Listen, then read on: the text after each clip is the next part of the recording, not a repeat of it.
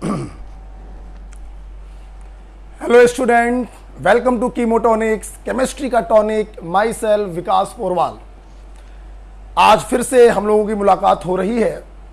आज बच्चों हम लोगों के पास एटॉमिक स्ट्रक्चर का लेक्चर नंबर 4 है, जिसमें क्वांटम नंबर पार्ट 2 पढ़ाऊंगा मैं। एक्चुअली पार्ट 2 का मतलब क्या है ना, पार्ट 1 में कुछ 5 पॉइंट्स रह गए थे, इसलिए मैंने इसको क्वांटम नंबर पार्ट 2 नाम दे दिया। ठीक है, इस वीडियो को देखने से पहले ध्यान रखिएगा कि एटॉमिक स्ट्रक्चर के जो 3 लेक्चर्स थे, लेक्चर 1, लेक्चर 2, लेक्चर 3, उसे अच्छे से देख लेना, नोट्स बना लेना, फिर आज के लेक्चर को देखना।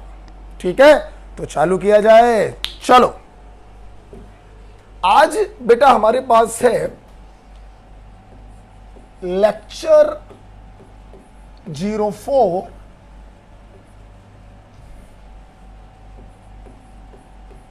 Lecture number 04, that is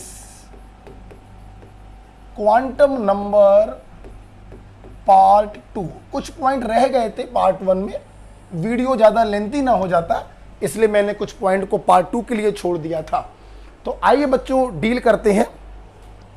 part 1 में आप लोगों ने मुझसे पढ़ा था quantum number are the address of electron.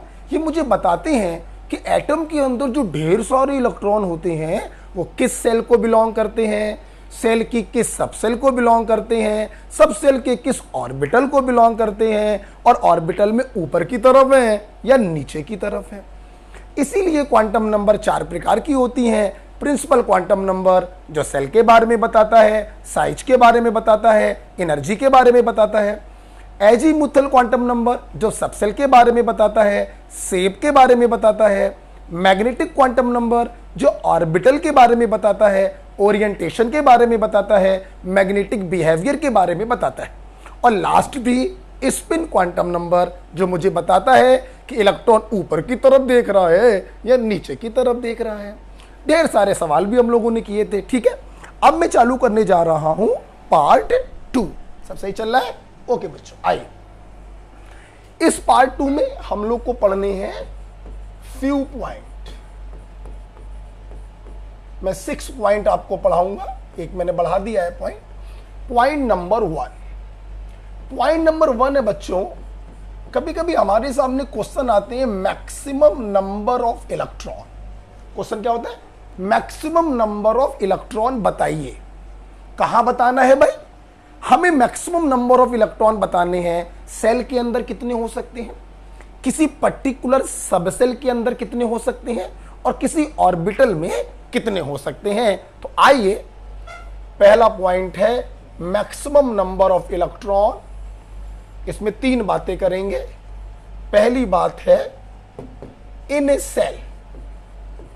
Cell मतलब ऑर्बिट, जो न्यूक्लियस के चारों तरफ गोल गोल बना देते हैं। इंग्लिश के कैपिटल लेटर से डिनोट करते हैं KLMNO।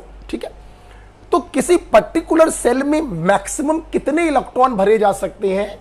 The answer is dear 2n², जहां पर n का मतलब है कौन सी सेल की आप बात कर रहे हैं, पहली, दूसरी या तीसरी।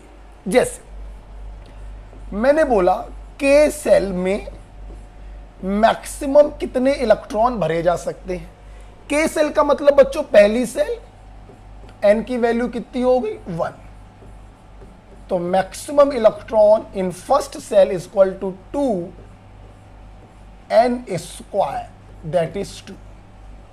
कहने का बच्चों मतलब क्या हुआ कि अगर मान लीजिए ये न्यूक्लियस है, तो न्यूक्लियस के चारों तरफ ये जो पहली सेल आपने बनाई है, इसमें आप कितने इलेक्ट्रॉन भर सकते हैं? मैक्सिमम 2। 2 से ज्यादा नहीं भर सकते हैं। जैसे मान लीजिए मैंने पूछा L सेल में मैक्सिमम कितने इलेक्ट्रॉन भर सकते हैं, तो L का मतलब हुआ सेकेंड सेल, n बराबर 2। आज ये बोर्ड थोड़ा सा प्रॉब्लम कर रहा है। अच्छा, तो मैक्सिमम इलेक्ट्रॉन कितने भर सकते हैं? 2, और n की जगह रख दिया 2 का स्क्वायर। 2 2 4, 4 2 8। मतलब सेकंड सेल में आप मैक्सिमम 8 इलेक्ट्रॉन भर सकते हैं। तो अगर मैं इसके चारों तरफ दूसरी सेल बनाऊं तो इसमें अधिकतम इलेक्ट्रॉन भर सकते हैं 2, 2 4, 2 6, 2 8। ये के सेल है, ये एल सेल, राइट। मैंने आपसे पूछा बताइए एम सेल में मैक्सिमम कितने इलेक्ट्रॉन भर सकते हैं। तो एम का मतलब क्या हुआ, के एल एम, थर्ड सेल।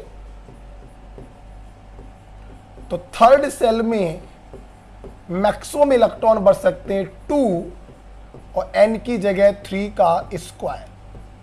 3 का स्क्वायर का मतलब 3 इंटू 3, तो 3 3 जा 9, 9 2 जा 18। मतलब अगर मैं इसके चारों तरफ एक तीसरी सेल बना दूं तो मैं भर के नहीं दिखाऊंगा, आप इसमें 18 इलेक्ट्रॉन भर सकते हैं, राइट बेटा।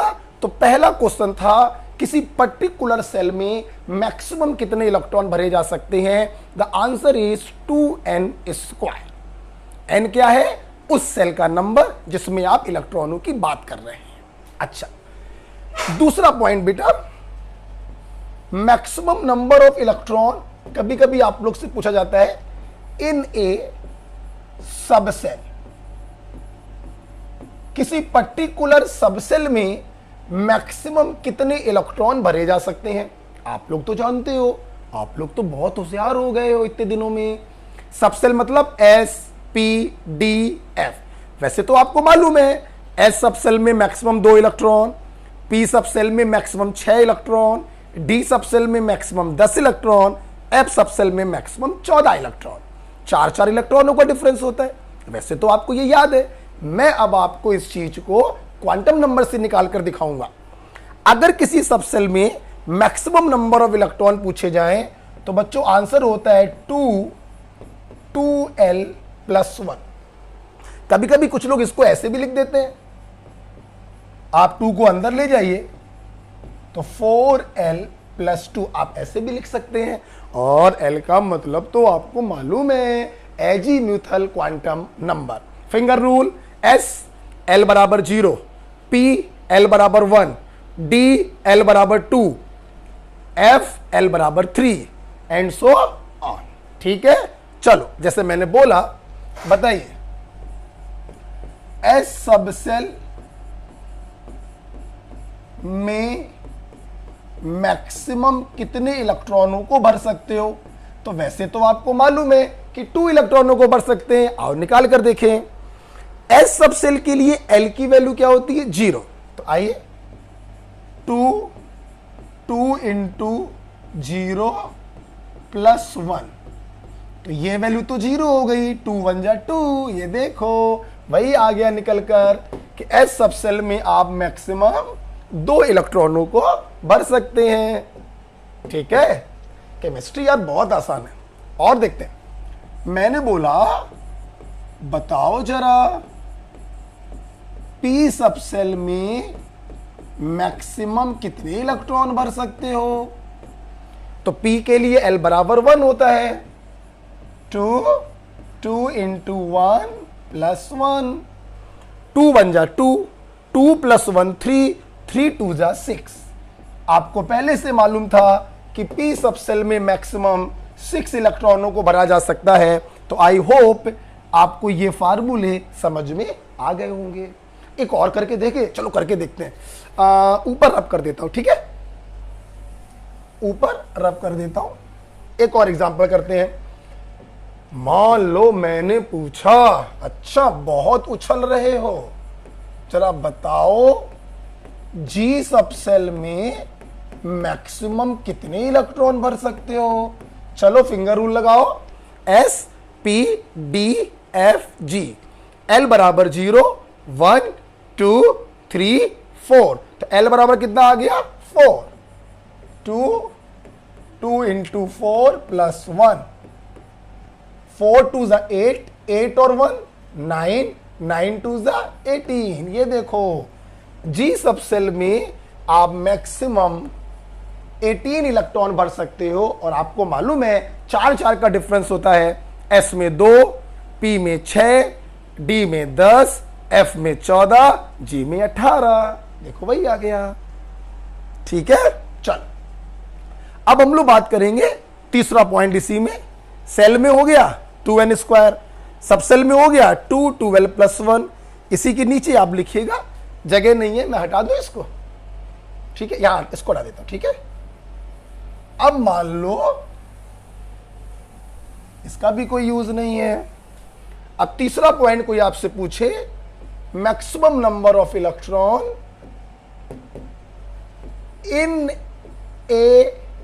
इन एन ऑर्बिटल, किसी एक ऑर्बिटल में कितने इलेक्ट्रॉन होते हैं। बच्चों ऑर्बिटल का मतलब क्या होता है, एक स्क्वायर।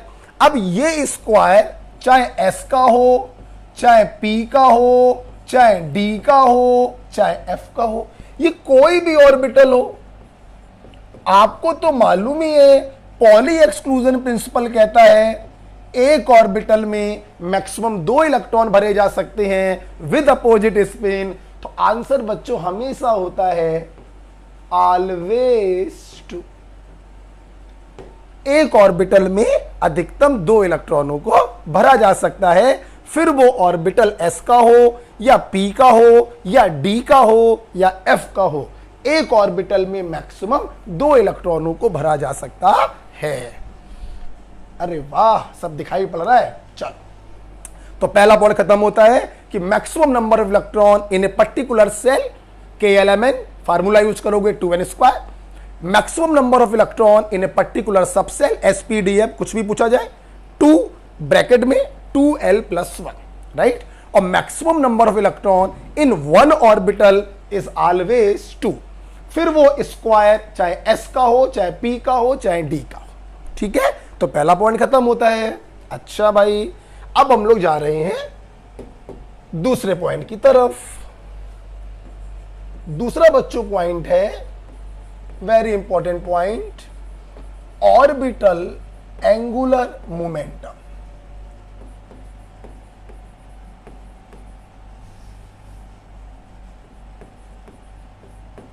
देखो बेटा, देखिए ऑर्बिटल एंगुलर मोमेंटम होता क्या है, तो वैसे तो इसको समझने की कोई नीड नहीं है, ये फिजिक्स का पार्ट है। एक हल्की सी बस हिंट आपको दे सकते हैं। एंगुलर मोमेंटम आपने फिजिक्स में पढ़ा होगा, लीनियर मोमेंटम और पोजीशन वेक्टर का क्रॉस प्रोडक्ट होता है, उसे कहते हैं angular momentum, R cross P करते हैं। ठीक है, अब ये एंगुलर मोमेंटम बच्चों 2 प्रकार का होता है, स्पिन एंगुलर मोमेंटम और ऑर्बिटल एंगुलर मोमेंटम। जब किसी ऑब्जेक्ट के सेंटर ऑफ मास के अराउंड एंगुलर मोमेंटम निकालते हैं तो उसे स्पिन एंगुलर मोमेंटम कहते हैं, और जब एंगुलर मोमेंटम किसी एक्सिस के अराउंड निकालते हैं तो उसे ऑर्बिटल एंगुलर मोमेंटम कहते हैं। इसमें कोई शक नहीं है कि एंगुलर मोमेंटम आपने फिजिक्स में पढ़ा होगा R क्रॉस P, जहां पर P होता है लीनियर मोमेंटम और R होता है पोजीशन वेक्टर। तो अब इसके अंदर हमें नहीं जाना है क्योंकि मैं फिजिक्स नहीं पढ़ा रहा हूं, मैं तो केमिस्ट्री पढ़ा रहा हूं। सुनना, orbital angular momentum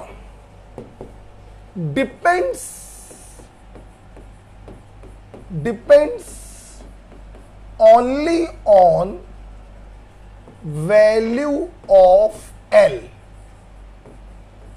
that is only on type of subshell. ध्यान रखना बच्चों, ऑर्बिटल एंगुलर मोमेंटम जो होता है इसमें सेल का कोई रोल नहीं होता, प्रिंसिपल क्वांटम नंबर का कोई रोल नहीं होता। It is decided only and only by azimuthal quantum number, that is type of subshell. कि एस सबसेल में इलेक्ट्रॉन है तो L बराबर 0, P सबसेल में इलेक्ट्रॉन है L बराबर 1, D सबसेल में इलेक्ट्रॉन है L बराबर 2। तो कैसे निकालते हैं ऑर्बिटल एंगुलर मोमेंटम? बच्चों एक फार्मूला होता है √L, L+1 और अंडर रूट के बाहर h/2π। ओके, ये याद होना चाहिए बच्चों, ये आपको याद होना चाहिए। यहां पर मैं एक बात और बता सकता हूं कि h/2 को हम लोग कभी कभी h क्रॉस से भी लिख देते हैं, तो परेशान मत होइएगा। आप देखिए बच्चों, इसके फार्मूले में सिर्फ एजीमुथल क्वांटम नंबर आ रहा है, प्रिंसिपल क्वांटम नंबर नहीं आ रहा है, ठीक है। जैसे मैंने बोला 4d का ऑर्बिटल एंगुलर मोमेंटम बताइए, चलिए करिए। तो √L, अपन को इससे तो कोई मतलब है ही नहीं, 4 कर दो 3 कर दो, उससे तो कोई मतलब नहीं है। अपन को मतलब है सब सेल से, एजीमुथल क्वांटम नंबर से। तो SPD, L बराबर 0, L बराबर 1, L बराबर 2 रख दो।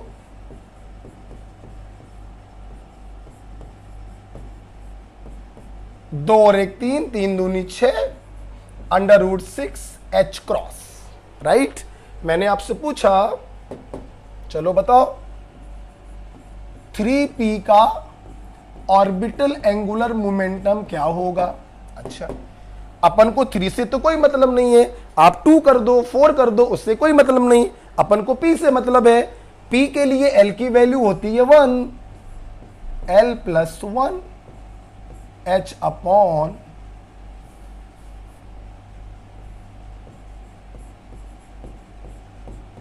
वन प्लस 1 2, 2 1 जा 2, √2, चाहे लिख दो h क्रॉस, चाहे लिख दो h/2π, ठीक है।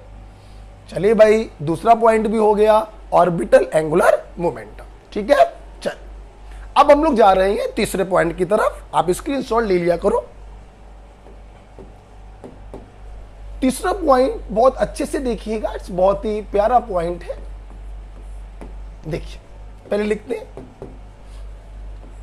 For given value of n, that is principal quantum number, for given value of n, total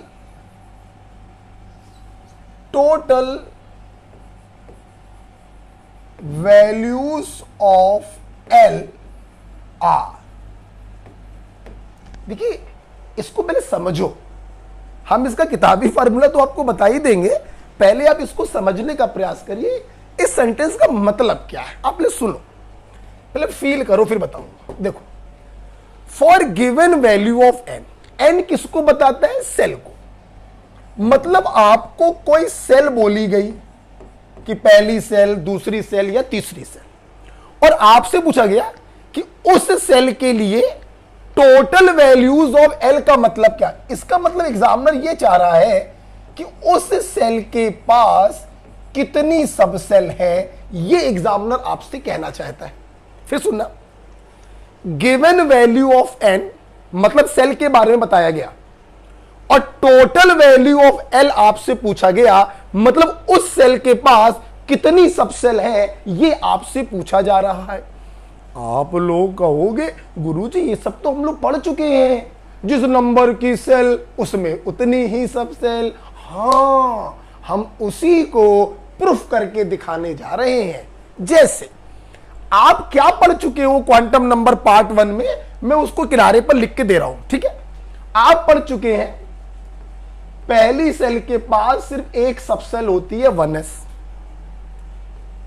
दूसरी सेल के पास 2 सब सेल होती है s और p, 2s 2p, तीसरी सेल के पास 3 सब सेल होती है s p और d, 3s 3p 3d,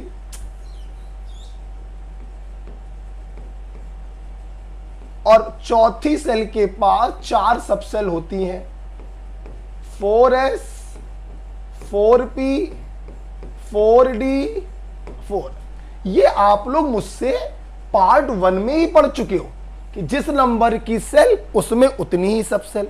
आज मैं इसको आपको प्रूफ करके दिखाऊंगा with the help of this sentence कि n की वैल्यू अगर दी जाए और L की टोटल वैल्यूज पूछी जाए तो ध्यान रखना बच्चों, L बराबर होता है 0 to n-1। हाँ देखो जरा, जैसे फील करो, फील करोगे तभी क्वांटम नंबर पे आपको कॉन्फिडेंस आएगा। अदरवाइज ये बच्चों को बहुत ही सरल लगता है, क्योंकि 11 से हम लोग पढ़ते हैं और कंपटीशन में कोई बहुत चेंज नहीं होता है, सब वही हम लोग भी पढ़ाते हैं। लेकिन जल्दीबाजी में क्वेश्चंस गलत हो जाते हैं, तो ध्यान से समझते हुए करिएगा। देखिए मैंने बोला के सेल में कितनी सब सेल है। फील करना बच्चों, आपको आंसर मालूम है, एक सब सेल होगी, दैट इज एस सब सेल। अब मैं इसको फार्मूले से निकालूंगा, फील करना। के सेल का मतलब हो गया n बराबर 1। कितनी सब सेल, तो कितनी सब सेल का मतलब है एग्जामिनर पूछ रहा है L की वैल्यूज कितनी होंगी। तो आपने लगा दिया फंडा अपना कि L बराबर होगा 0 to n-1, that is 0। L की सिर्फ एक वैल्यू आ रही है, दैट इज 0। मतलब पहली सेल के लिए L की सिर्फ एक वैल्यू है, मतलब पहली सेल के पास सिर्फ एक सबसेल होगी और उस सबसेल का नाम होगा S सबसेल। पहली की सबसेल है तो 1 लगा दी। ये देखिए प्रूफ हो गया। जो चीज आप पहले से पढ़ते हुए आए हैं वो इसकी हेल्प से मैं प्रूफ कर रहा हूं। के सेल में कितनी सबसेल होंगी, तो n की वैल्यू 1 दी गई है और L की टोटल वैल्यू पूछी गई है। तो L बराबर 0 to n-1, मतलब L बराबर 0। तो पहली सेल के पास L की सिर्फ एक वैल्यू है, दैट इज 0। तो कौन सी सबसेल होगी, S सबसेल। 1 सिर्फ ये बता रहा है कि ये पहली सेल की सबसेल है। एक एग्जांपल समझ में आया। चलो एक एग्जांपल और करते हैं इसी के ऊपर। मैंने पूछा L सेल में कितनी सबसेल। मालूम है सबको 2 सबसेल होंगी, S और P। अब मैं उसको प्रूफ करने जा रहा हूं इस फार्मूले से। देखना, L सेल का मतलब दूसरी सेल, कितनी सबसेल, तो कितनी सबसेल का मतलब है एग्जामिनर आपसे L की वैल्यूज चाह रहा है। आइए करते हैं। तो L बराबर 0 to n-1, दैट इज 0,1। आप देखिए, मतलब सेकंड सेल के लिए L की 2 वैल्यूज आ रही हैं, एक 0 और एक 1। मतलब सेकंड सेल के पास 2 सबसेल पॉसिबल हैं, एक L बराबर 0 दैट इज S और एक L बराबर 1 दैट इज P। तो दूसरी सेल की सबसेल है तो 2S 2P। ये देखिए बच्चों, हमने प्रूफ करके आपको दिखाया कि दूसरी सेल के पास 2 सबसेल होती हैं। पहले आपने इस चीज को रटा था अकॉर्डिंग टू सोमरफील्ड कॉन्सेप्ट। आज आपको इस फार्मूले की हेल्प से हम प्रूफ करके दिखा रहे हैं। आप देख सकते हैं। ओके, ये दूसरा एग्जांपल था। चलिए और इंजॉय करते हैं, थोड़ा और आगे चलो ना, हटा देते हैं इसको। एक तीसरे एग्जांपल की तरफ चलकर देखते हैं। मैंने पूछा बताइए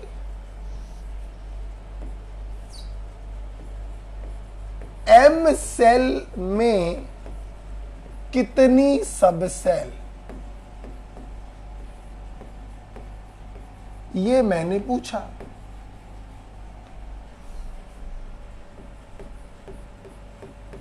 आप समझ गए होंगे कि M का मतलब होता है KLM, तीसरी सेल में कितनी सबसेल। आपको मालूम है 3 सबसेल होती हैं। मैं इसको प्रूफ करने जा रहा हूं, देखिएगा। M सेल का मतलब है थर्ड सेल, N बराबर T। और कितनी सबसेल का मतलब है, वो आपसे L की टोटल वैल्यूज पूछ रहा है। तो लगा दीजिए फार्मूला, L बराबर 0 to n-1। तो L बराबर 0 to 2, 0 से 2 तक जाओगे तो बीच में 1 भी आएगा, 0, 1 एंड 2। देखिए थर्ड सेल के पास एल की 3 वैल्यूज आ रही हैं, मतलब थर्ड सेल के पास कितनी सबसेल पॉसिबल है? 3, एस सबसेल, पी सबसेल और D subshell. 3s, 3p, 3d, ये देखिए मैंने प्रूफ करके आपको दिखाया। ओके, तो ये 0 to n-1 बहुत ही अच्छा है। आपसे कोई पूछे बताइए चौथी सेल n सेल के पास कितनी सबसेल होंगी, तो चौथी सेल का मतलब n बराबर 4 हो जाएगा, तो l बराबर 0 to 4-1, 0 to 3, that is 0, 1, 2, 3, 4 values आएंगी, इसलिए चौथी सेल के पास 4 सबसेल होंगी। l बराबर 0 दैट इज s, l बराबर 1 दैट इज p, l बराबर d दैट इज l बराबर 3 दैट इज d, और l बराबर 0, 1, 2, 3। l बराबर 0 मतलब s, l बराबर 1 मतलब p, l बराबर 2 मतलब d, और l बराबर 3 मतलब f सबसेल। तो जो चीज आपने पार्ट 1 में रटी थी, जिस नंबर की सेल उसमें उतनी ही सबसेल, उस चीज को हमने यहां पे प्रूफ करके दिखाया कि टोटल वैल्यूज ऑफ l कैसे निकालते हैं, 0 to n-1। ओके बच्चों, अच्छा अब जरा सुनिएगा बेटा, ये 3 एग्जांपल आपके सामने लिखे हुए हैं भाई। अच्छा, अब यहां पर अगर आपको ये पॉइंट हमारा समझ में आ गया है, तो आइए मैं इसके ऊपर एक क्वेश्चन आपको करवाता हूं। करोगे क्वेश्चन? कंसेप्चुअली समझिएगा, रटिएगा मत कि n की वैल्यू दी जाए और l की वैल्यू पूछी जाए तो 0 to n-1 होता है। बच्चे इसको रट लेते, अबे रटने से आंसर नहीं आएगा। इस चीज का मतलब तो समझो, ये कुछ नहीं है, ये वही पुरानी चीज है कि किसी सेल के पास कितनी सबसेल होती हैं, जो आप रटा करते थे, वो यहां पे फार्मूले से हम डिराइव कर रहे हैं। ओके, क्या आपको ये समझ में आ गया बच्चों? बताओ, हमने पूछा 5वीं सेल के पास कितनी सबसेल हो सकती हैं? आंसर तो मालूम है, 5 सबसेल होंगी, एस, पी, डी, एफ, जी। फार्मूले से निकालते हैं, ये हटा दें, यही कर देते हैं। तो 5वें का मतलब n बराबर 5, तो l बराबर क्या आएगा? 0 to 5-1, 0 to 4, दैट इज 0, 1, 2, 3, 4। 5वीं सेल के पास 5 सबसेल पॉसिबल हैं। कौन कौन सी? एस, पी, डी, एफ, जी। पॉइंट समझ में आ गया? अगर ये पॉइंट समझ में आ गया, चलो एक क्वेश्चन बच्चों हम लोग करते हैं।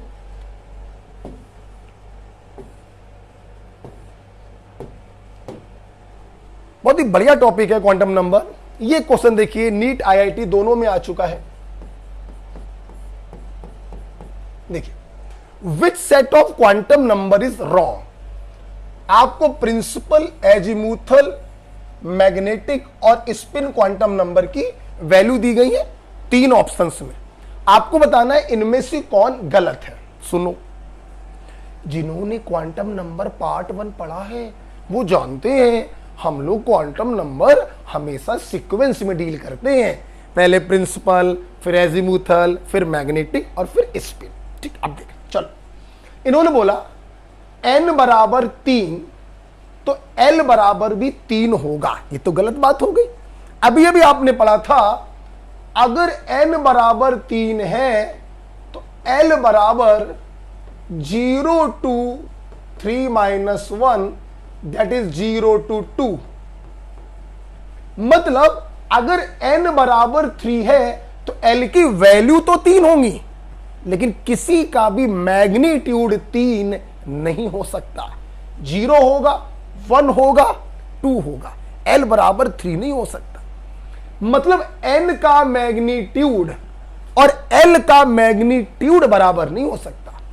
l की वैल्यूज बराबर होंगी कि n बराबर 3 तो l बराबर भी 3 होगा, लेकिन इनके मैग्नीट्यूड होंगे 0, 1, 2। इसलिए ये पॉइंट बच्चों यहां पर गलत हो गया।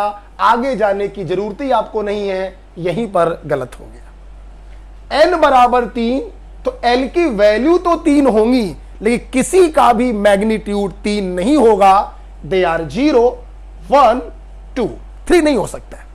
जैसे n बराबर 4, तो l की वैल्यूज तो 4 आएंगी, लेकिन उन 4 वैल्यूज में से किसी का भी मैग्नीट्यूड 4 नहीं होगा। 0 1 2 3, ध्यान रखिएगा। इसलिए अगर n बराबर 3 है तो l बराबर 0 हो सकता है, 1 हो सकता है, 2 हो सकता है, लेकिन 3 नहीं हो सकता। इसलिए यहीं पर गलत हो गया, पहला वाला गलत हो गया। दूसरा, n बराबर 3, तो क्या l बराबर 0 पॉसिबल है? हाँ, 0 भी पॉसिबल है, 1 भी पॉसिबल है और 2 भी पॉसिबल है। यहां तो ठीक है। अब आगे चलो, l बराबर 0 तो m बराबर -1, गलत। अगर l बराबर 0 है तो बच्चों आपने पार्ट 1 में पढ़ा था m बराबर होता है -l से +l तक। अगर l बराबर 0 है तो m बराबर 0 पॉसिबल है, -1 पॉसिबल नहीं है। ये यहां पर गलत हो गया, आगे जाने की जरूरत नहीं। हमेशा ध्यान रखिए, क्वांटम नंबर सीक्वेंस में डील करी जाती हैं। जिसने ये समझ लिया, क्वांटम नंबर उसके लिए खत्म हो गया। राइट, गलत हो गया। आगे बढ़ते हैं। n बराबर 4, अच्छा, तो l बराबर 2 बिल्कुल होगा। n बराबर अगर 4 है तो l 0 हो सकता है, 1 हो सकता है, 2 हो सकता है, 3 हो सकता है, 4 नहीं हो सकता है। 2 लिखा है, ठीक है, कोई प्रॉब्लम नहीं। अच्छा, l बराबर 2 तो m बराबर +2 बिल्कुल हो सकता है। l बराबर अगर 2 है तो m बराबर -2 से +2 तक, बिल्कुल बीच में +2 जरूर आएगा। -2 -1 0 +1 +2। आप देखिए, l बराबर 2 तो m बराबर +2 पॉसिबल है, ये भी सही है। स्पिन क्वांटम नंबर या तो -½ होती है या फिर +½ होती है, तो ये यहां पे गलत हो गया। तो तीनों ऑप्शन कहीं ना कहीं पर गलत है, इसलिए ऑल और wrong, D is the right answer. Okay, तो सीक्वेंस में डील करते हैं, ध्यान रखिएगा। n की वैल्यू जो दी जाती है, l की वैल्यूज तो उतनी होती हैं, लेकिन किसी का भी मैग्नीट्यूड उसके बराबर नहीं हो सकता। l की वैल्यू तो 3 पॉसिबल है, लेकिन इनका मैग्नीट्यूड होगा 0 1 2। ओके, तो यहां ये गलत हो गया।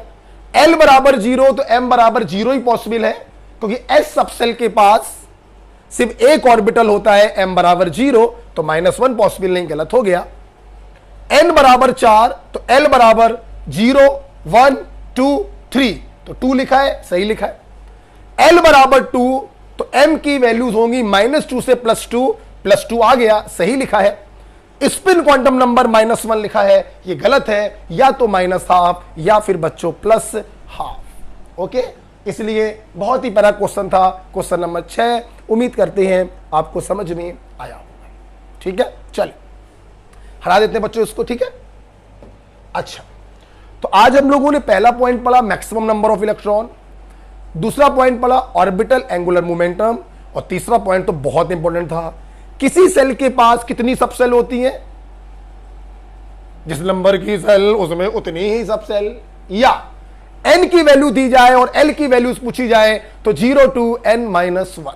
ध्यान रखेंगे, n का जो मैग्नीट्यूड होगा l की वैल्यूज उतनी होंगी, लेकिन किसी भी वैल्यू का मैग्नीट्यूड उतना नहीं होगा। बार बार मैं ये बात बोल रहा हूं, इंपॉर्टेंट है। राइट बच्चों, 3 के बाद हम लोग 4th पॉइंट पढ़ने जा रहे हैं।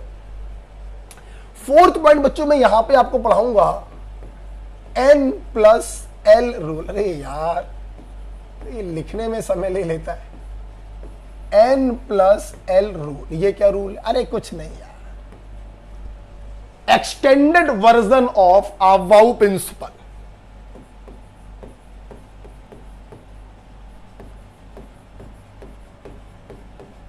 मॉडर्न वर्जन ऑफ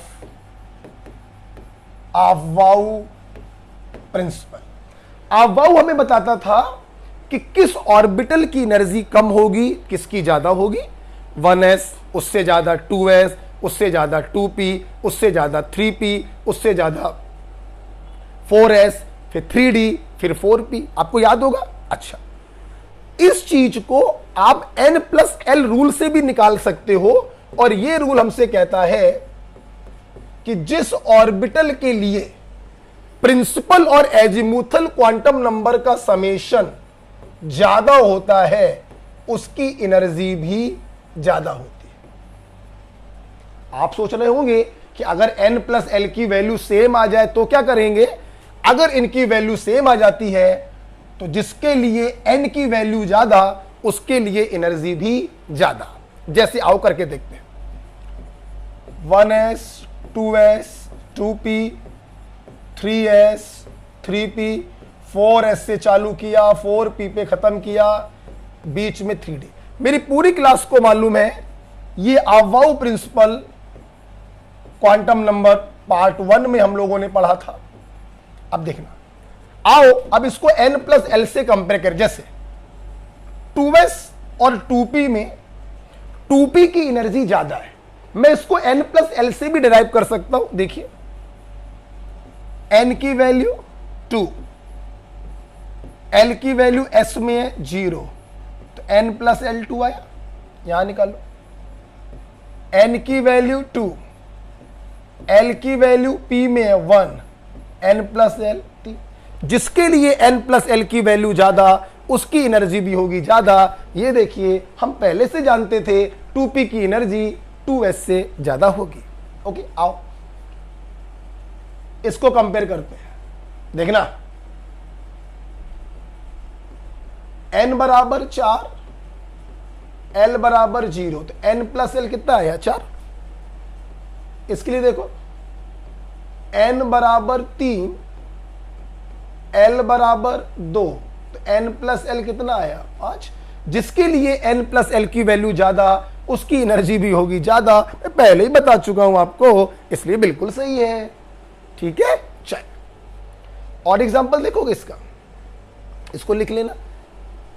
और एग्जांपल दिखा है, जैसे मान लो यहां पे दिखाते हैं। ठीक है, इसको लिख लेना। ठीक है, अब मान लो मैंने आपको एग्जांपल दिया,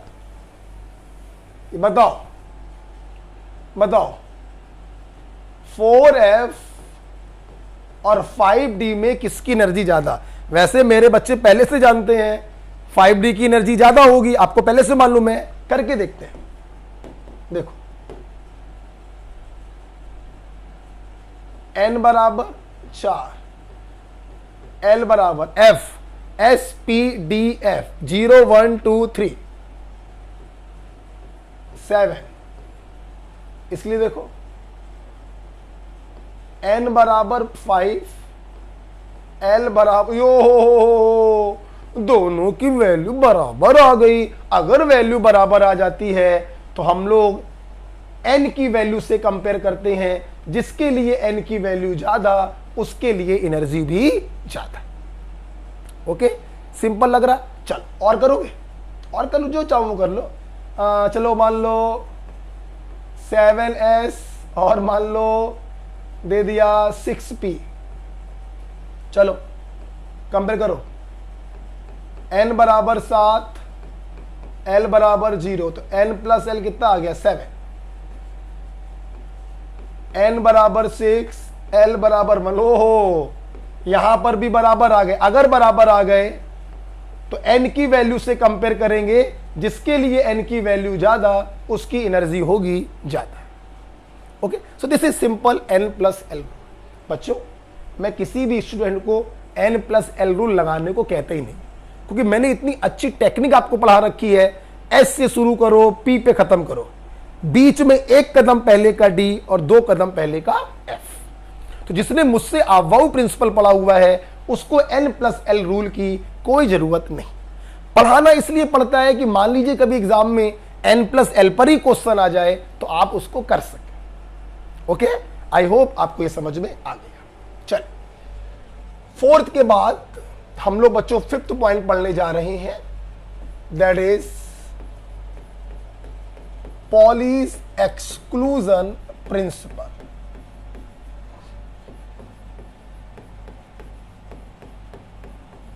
आप लोग सोचोगे सर ये तो आप पढ़ा चुके हैं पार्ट 1 में। हाँ पढ़ा तो चुका हूं। वहां पे मैंने इसका सिर्फ एक स्टेटमेंट पढ़ाया था, लेकिन इनके 2 स्टेटमेंट होते हैं।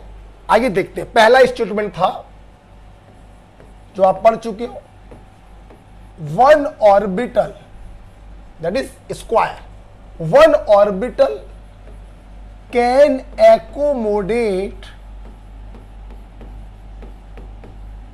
Maximum 2 electron with opposite spin, है ना। एक ऑर्बिटल में, एक स्क्वायर में अधिकतम 2 इलेक्ट्रॉन रह सकते हैं विद अपोजिट स्पिन। ये पॉली एक्सक्लूजन प्रिंसिपल का पहला स्टेटमेंट है जो आप लोग पढ़ चुके हैं। अब देखते हैं इसका दूसरा स्टेटमेंट क्या है। लिखेंगे no 2 electron in an atom can have same value of all 4 quantum number. हाँ ये दूसरा स्टेटमेंट है। देखो किसी एटम के अंदर ढेर सारे इलेक्ट्रॉन्स होते हैं एटॉमिक नंबर के बराबर। कैल्शियम का एटॉमिक नंबर 20, तो इसके अंदर 20 इलेक्ट्रॉन होंगे।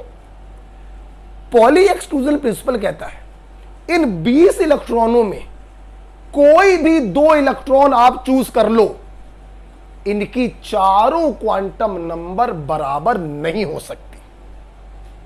n बराबर हो गया, l बराबर हो गया, m बराबर हो गया, तो s डिफरेंट होगा।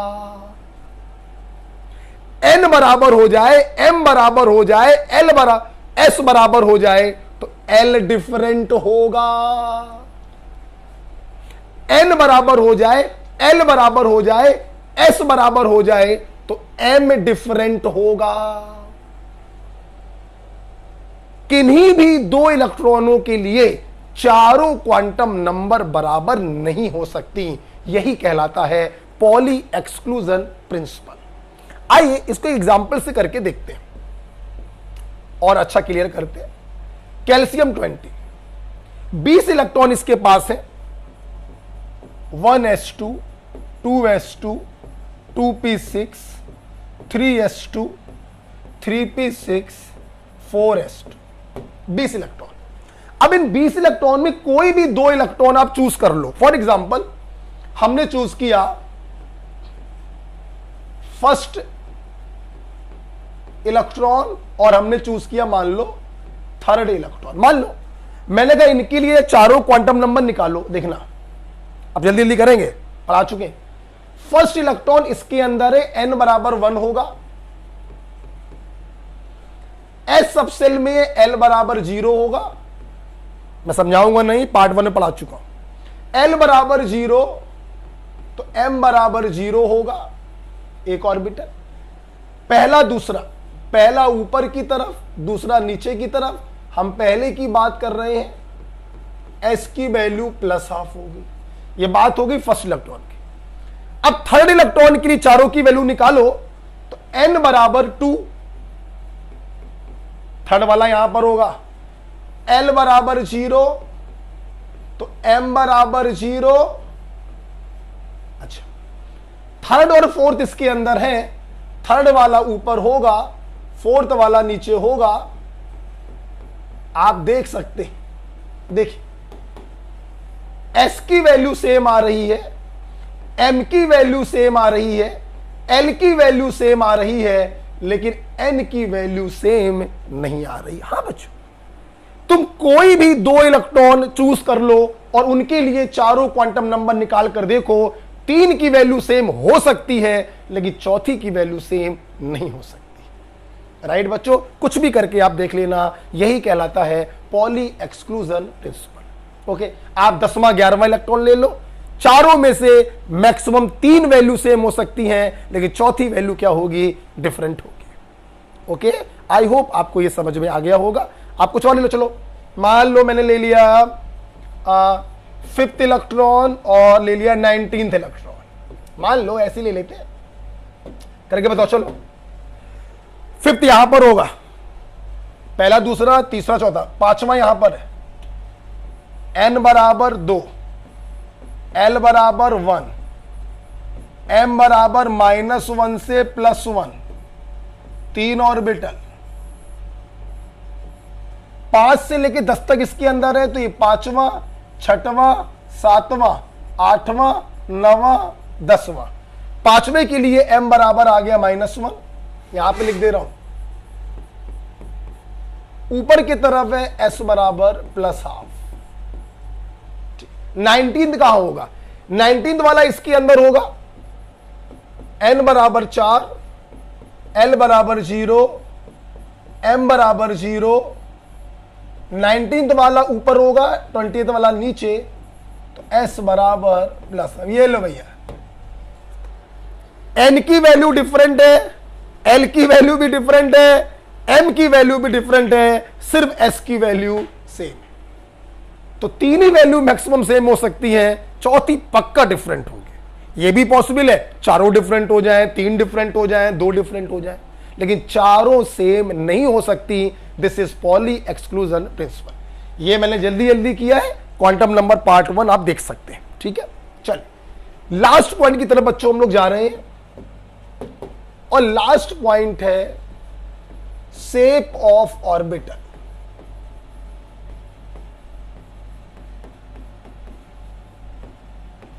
आइए देखते हैं शेप ऑफ ऑर्बिटल। जैसे एस ऑर्बिटल, ऐसे स्मॉल बनाते हैं बच्चों। एस ऑर्बिटल जो होता है ये स्फेरिकल होता है।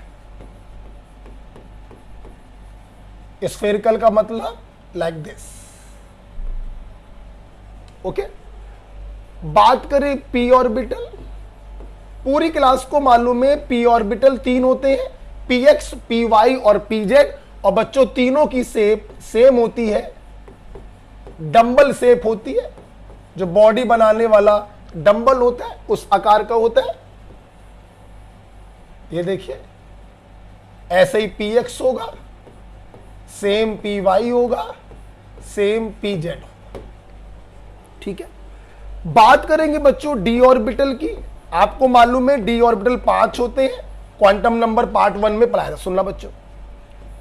इन 5 में से जो 4 डी ऑर्बिटल है, मैं पढ़ा चुका हूं आपको, d x y, d y z, d x z और d x square minus y square. इनकी शेप एक जैसी होती है, डबल डंबल शेप। 2 डंबल बनाने होते हैं, डबल डंबल, डबल डंबल से 2 डंबल बना दीजिए, 1 और 2। ठीक है, लेकिन जो 5वां वाला डी ऑर्बिटल होता है डी जेड स्क्वायर, बच्चों इसकी शेप होती है डोनट शेप।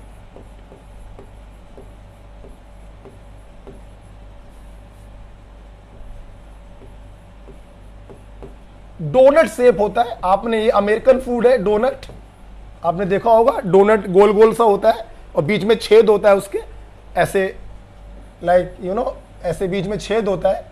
तो ये देखिएगा कैसे होता है, देखिए देखिए इसका जो शेप है पी ऑर्बिटल के तरीके एक डंबल बना देते हैं। पी ऑर्बिटल के तरीके एक डंबल बना, 2 डंबल नहीं होते, एक डंबल होता है। और सबसे अच्छी बात यह है कि इसका जो ये एक डंबल होता है ये जेड एक्सिस के अलोंग होता है। किसके अलोंग होता है? Z axis. और हम लोग क्या करते हैं बच्चों कि इसमें एक सर्किल बना देते हैं, ऐसे ऐसे। तो इस शेप को कहते हैं डफनेट शेप या डोनट शेप, डमरू के आकार का भी कह सकते हैं आप इसको। और जो अमेरिकन फूड होता है डोनट, उसी के नाम पे इसका नाम आया है डोनट शेप। डोनट कैसा होता है? कुछ ऐसे होता है ना, डोनट रिंग के जैसा होता है और बीच में छेद होता है। ये बीच में क्या होता है? हॉलो होता है, ये डोनट। ठीक है, तो डोनट शेप होता है, डमरू के आकार का भी आप इसको कह सकते हैं।